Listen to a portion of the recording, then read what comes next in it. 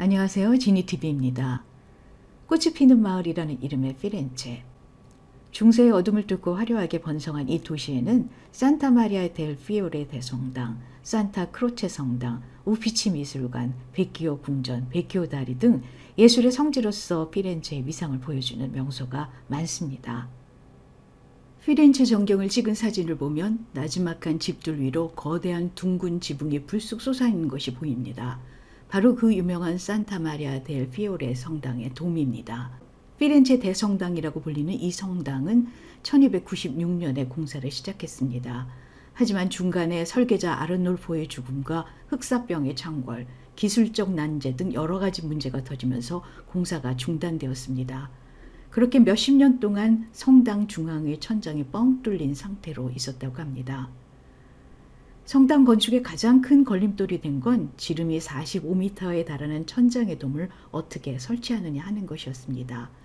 이 난제를 해결한 사람이 바로 브루넬레스키입니다. 브루넬레스키는 고대 로마의 판테온을 자세히 연구한 끝에 거대한 돔을 얻는 방법을 고안해냈습니다. 돔의 벽을 내부와 외부 두 겹으로 나누어 힘을 분산시켰습니다. 돔의 형태를 완전한 방구가 아닌 위로 늘어난 팔각형 모양으로 설계해 안정성을 높였으며 벽돌을 헤링본 방식으로 쌓아서 무게를 분산시켰습니다. 이 혁신적인 기술은 당시 불가능했던 거대 돔 건축의 난제를 해결했다는 점에서 건축사의 길이 남을 업적으로 꼽히고 있습니다. 그렇게 해서 산타 마리아 델 피오레 성당은 1436년 3월 26일 성모 수태고제 축일에 헌당식을 갖게 되었습니다. 이 헌당식에서는 르네상스 최고의 작곡가 기욤 디페가 이날을 위해 특별히 작곡한 갓 피어난 장미꽃이라는 노래가 울려 퍼졌다고 합니다.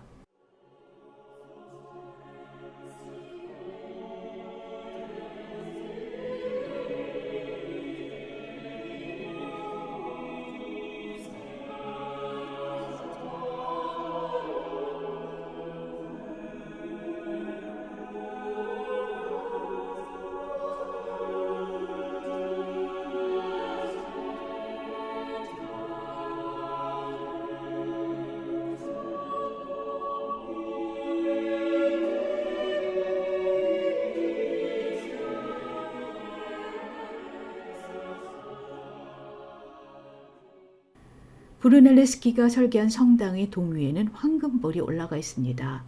베로키오라는 사람이 만든 건데요. 1601년에 이 황금볼이 벼락을 맞고 바닥으로 떨어졌다고 합니다. 지금 성당 앞 바닥에는 그때 황금볼이 떨어진 자리가 그대로 남아 있습니다.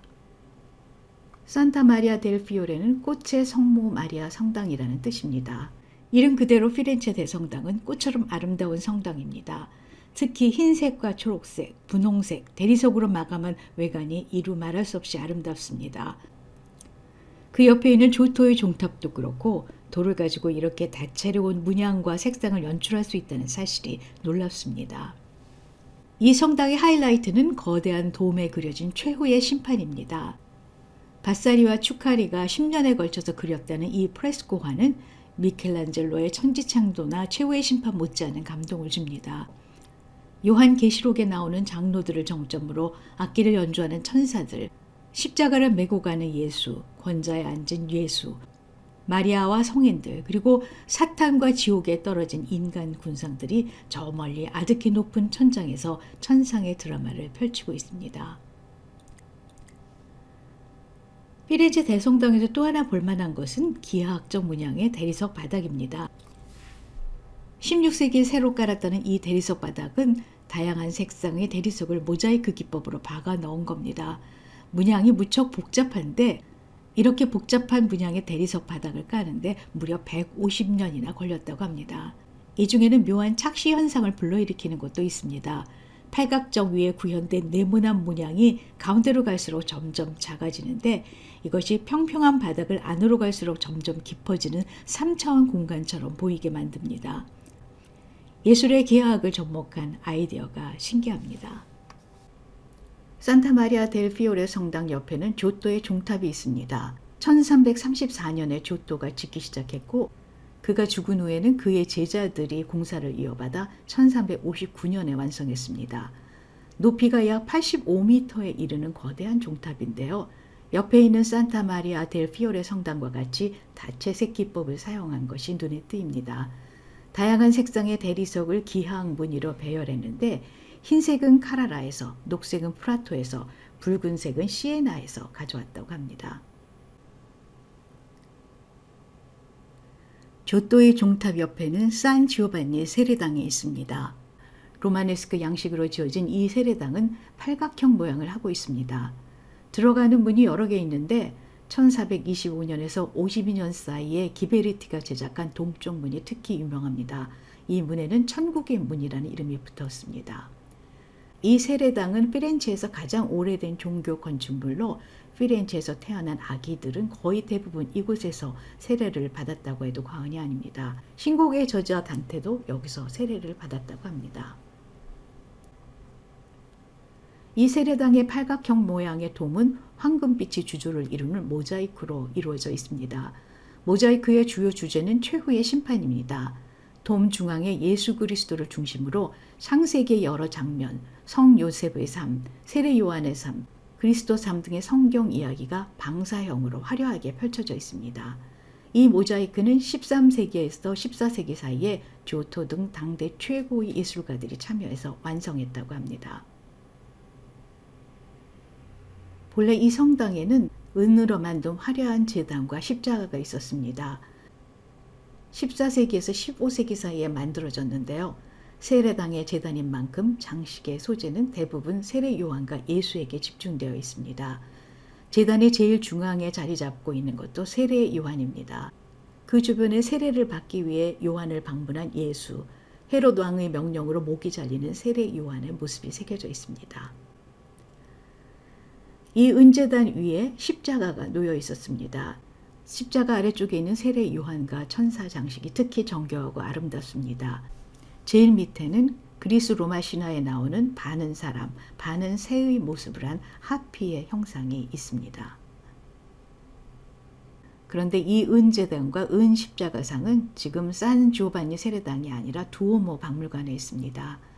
피렌체의 진귀한 예술품 중에는 이렇게 본래 있던 자리가 아닌 박물관이나 갤러리에 가 있는 것이 많습니다. 보티첼리의 동방박사의 경배라는 그림 아시죠?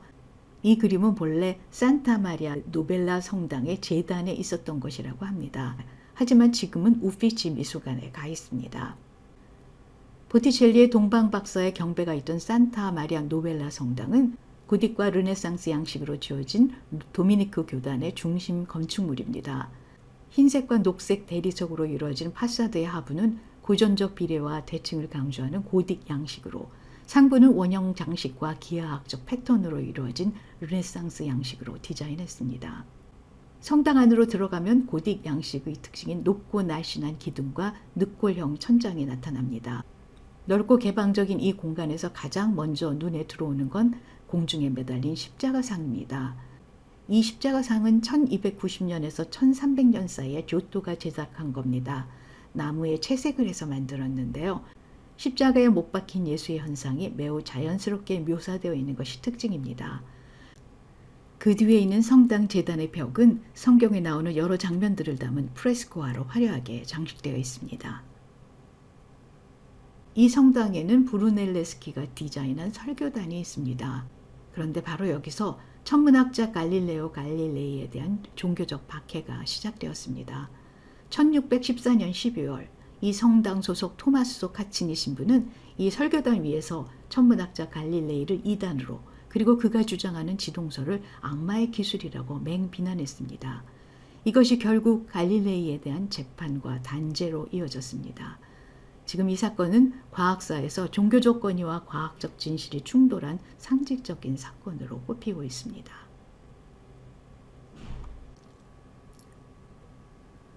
설교단이 바라다 보이는 본당의 왼쪽 벽에는 마사초가 그린 성 삼위일체라는 그림이 있습니다. 이 그림은 원근법 이론을 바탕으로 그린 최초의 그림으로 알려져 있습니다. 원근법 이론을 체계화한 사람이 바로 브루넬레스키입니다. 평소 브루넬레스키와 친분이 있었던 마사초는 그 이론을 적용해서 1425년에 이 그림을 그렸습니다. 산타마리아 노벨라 성당에는 부속 예배당이 여럿 있습니다. 이 예배당은 스페인 예배당인데 피렌체를 다스리던 코시모 1세가 톨레도의 엘레오노라와 그녀의 스페인 수행원에게 이 예배당을 할당했기 때문에 이런 이름이 붙었다고 합니다. 예배당의 벽면과 천장은 화려한 프레스코화로 장식되어 있는데요. 도메니코 수도원을 위해서 그렸기 때문인지 모든 그림마다 성 도미니코가 등장하는 것이 특징입니다. 오른쪽 벽을 장식한 그림에는 지상과 천국에서의 삶이 생생하게 묘사되어 있습니다. 이 그림에서 핑크빛의 산타 마리아 델 피오레 성당을 볼 수 있습니다. 이 그림은 브루넬레스키의 돔이 설치되기 전에 그려진 건데요. 이것을 보면 아르놀포의 최초의 설계도가 어떤 모습이었는지를 짐작할 수 있습니다. 성당 옆에 있는 녹색 화랑에는 14세기에 그린 프레스코화가 있는데 그 중에 우첼로의 그림도 보입니다. 아담과 이브, 카인과 아벨 등 서로 대응되는 이미지를 상하로 분할해서 그린 점이 특이합니다. 산타마리아 노벨라 성당의 외벽에는 지구의와 해시계가 설치되어 있습니다. 1572년 이그나시오 단티가 설치한 것이라고 합니다. 단티는 남쪽 방향으로 난 높이 21m의 원형 창문 및 바닥을 길게 파서 북극과 남극을 잇는 좌우선을 설치하기도 했습니다.